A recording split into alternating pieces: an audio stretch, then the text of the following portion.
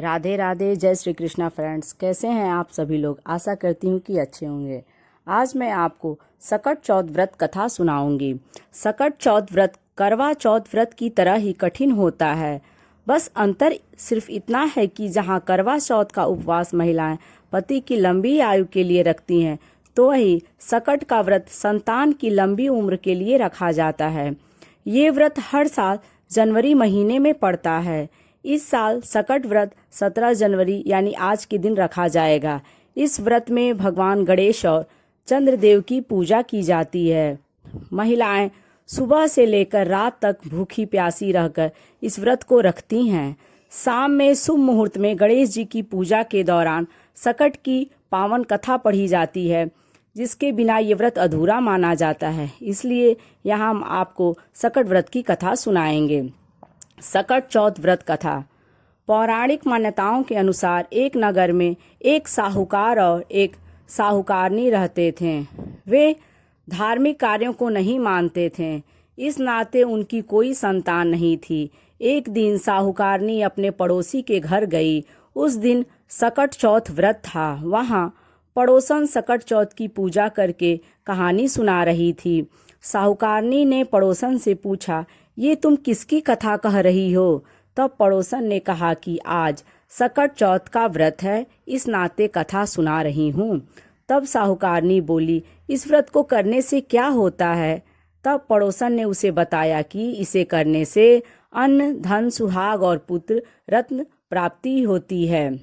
फिर साहूकारनी ने पूछा, यदि मेरा गर्भ रह जाए तो मैं 1.25 सेर तिलकुट करूंगी और चौथ का व्रत करूंगी। भगवान गणेश की कृपा से साहूकारनी गर्भवती हो गई।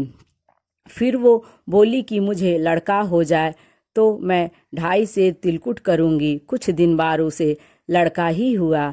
इसके बाद साहूकारनी बोली कि हे चौथ भगवान, मेरे बेटे का विवाह हो जाए तो 5.25 सेर का तिलकुट करूंगी। कुछ वर्षों के बाद उसके बेटे का विवाह भी तय हो गया और बेटा विवाह के लिए चल दिया। लेकिन उस साहूकारनी ने अब भी तिलकुट नहीं किया। साहूकारनी की इस लापरवाही से चौथ देव क्रोधित हो गए और उन्होंने उसके बेटे को फेरों से उठाकर पीपल पेड़ पर बिठा दिया। सभी वर को खोजने लगे पर वो नहीं मिला। ऐसे में सारे लोग अपने अपने घर वापस चले गए। इधर जिस लड़की से साहूकारनी के बेटे का विवाह होने वाला था, वो अपनी सहेलियों के साथ गणगौर पूजने के लिए जंगल में दूब लेने चली गई। तभी उस लड़की को पीपल के पेड़ से आवाज आई, ओ मेरी अर्धव्याही। ये बात सुनकर जब लड़की घर आई तो उसके बाद से वो धीरे धीरे सूख कर कांटा होने लगी। एक दिन लड़की की माँ ने उससे कहा कि मैं तुम्हें अच्छा भोजन खिलाती हूँ, अच्छा पहनाती हूँ, फिर भी तू सूख रही है, ऐसा क्यों हो रहा है? तब लड़की बोली कि वो जब भी दूब लेने जंगल जाती है तो पीपल के पेड़ से किसी आदमी की आवाज़ आती है जो बोलता है कि ओ मेरी अर्धव्याही। उस लड़के ने मेहंदी लगा रखी है और सेहरा भी बांध रखा है। तब उसकी माँ पीपल के पेड़ के पास गई और उसने देखा ये तो जमाई ही है। तब लड़की की माँ ने जमाई से कहा, यहाँ क्यों बैठे हैं? मेरी बेटी तो तुमने अर्धव्याही कर दी और अब क्या करोगे? साहूकारनी का बेटा बोला, मेरी माँ ने चौथ का तिलकुट बोला था लेकिन उसने नहीं किया, इसलिए चौथ देवता ने नाराज होकर मुझे यहाँ बैठा दिया। ये सुनकर लड़की की माँ साहूकारनी के घर गई और उसने साहूकारनी से पूछा कि तुमने सकट चौथ का कुछ बोला था क्या?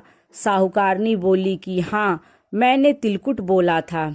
उसके बाद साहूकारनी बोली, मेरा बेटा घर आ जाए तो मैं 2.5 मन का तिलकुट करूंगी। इससे श्री गणेश भगवान प्रसन्न हुए और उसके बेटे को फेरों में लाकर बैठा दिया। इस तरह से साहूकारनी के बेटे का विवाह धूमधाम से हो गया। जब साहूकारनी के बेटा और बहू घर आ गए तब साहूकारनी ने 2.5 मन तिलकुट किया और बोली, हे चौथ देव, आपकी कृपा से मेरे बेटा बहू सकुशल घर आए हैं। जिससे मैं हमेशा तिलकुट करके भली विधि से व्रत करूंगी। इस तरह से तिलकुट व्रत धीरे धीरे लोकप्रिय हो गया। हे सकट चौथ, जिस तरह आपने साहूकारनी को बेटे बहू से मिलवाया, खुशहाल रखा, उसी तरह हमें भी समृद्ध रखना और इस कथा को कहने और सुनने वालों पर अपनी कृपा बनाए रखना। बोलो सकट चौथ की जय, श्री गणेश देव की जय।